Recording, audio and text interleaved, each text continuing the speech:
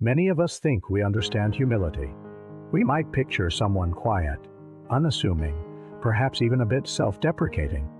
But what if I told you that true humility, as taught by Jesus, is not about thinking less of yourself, but about thinking of yourself less?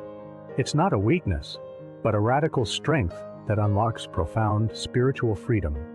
If you've ever felt caught in the trap of comparing yourself to others, or secretly longed for recognition, then understanding Jesus' path to genuine humility is crucial for your spiritual growth.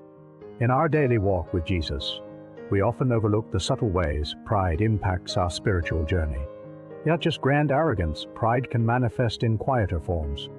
It's the defensiveness we feel when corrected, the inner resentment when someone else receives praise, the constant need to prove ourselves right, or the subtle judgment we pass on others.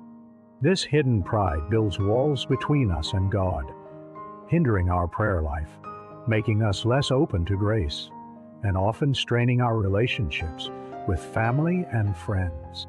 It causes spiritual stagnation because it makes us rely on ourselves rather than on God for our worth and direction.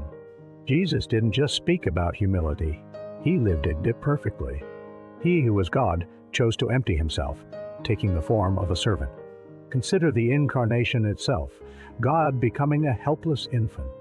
Then picture him, the Lord and Master, kneeling to wash the feet of his disciples, a task reserved for the lowest servant. And ultimately, his ultimate act of humility on the cross, where he embraced utter humiliation and suffering for our salvation, perfectly submitting to the Father's will. Jesus shows us that humility isn't about denying your gifts or worth.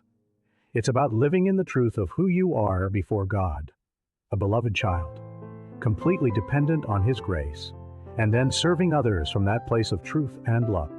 How can we practically embrace this radical humility in our lives? Let's look at 3 spiritual practices inspired by Jesus himself. First, I cultivate honest self-knowledge before God. Regularly take time for honest prayer and examination. See yourself not through the world's eyes or even your own flawed perception, but through God's loving gaze. Acknowledge your strengths as his gifts, and your weaknesses as areas where you need his grace. This isn't self-abasement, but honest self-assessment in the light of truth. Second, embrace humble service. I look for opportunities to serve others, especially in ways that won't bring you recognition or praise. This might be a hidden act of kindness, taking on a task no one else wants, or simply listening patiently when you'd rather speak. Jesus came to serve, not to be served. Third, practice patient acceptance of correction and humiliation. When faced with criticism, whether deserved or not, or when overlooked for something you felt you earned, try to receive it patiently, uniting it to Christ's own sufferings. This doesn't mean being a doormat, but choosing a humble response over a prideful defensive one. Let's imagine Sarah, a devoted Catholic who often feels overlooked at her parish. She works tirelessly, but her contributions often go unnoticed, while others receive public praise. Initially, she felt resentment and a sting of pride.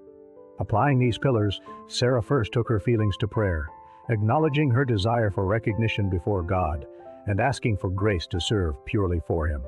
Then, she actively sought out a quiet service role, cleaning the church after events, a task no one else seemed to want. When a new volunteer coordinator was appointed over her, despite her experience, Sarah chose to offer her full support, praying for the coordinator and focusing on supporting the parish's mission, not her own position. This wasn't easy, but through it, she found a deeper peace and joy, realizing her worth wasn't tied to external validation, but to her loving service to God. When we consistently strive for humility, something profound happens. Our relationship with Jesus deepens immensely.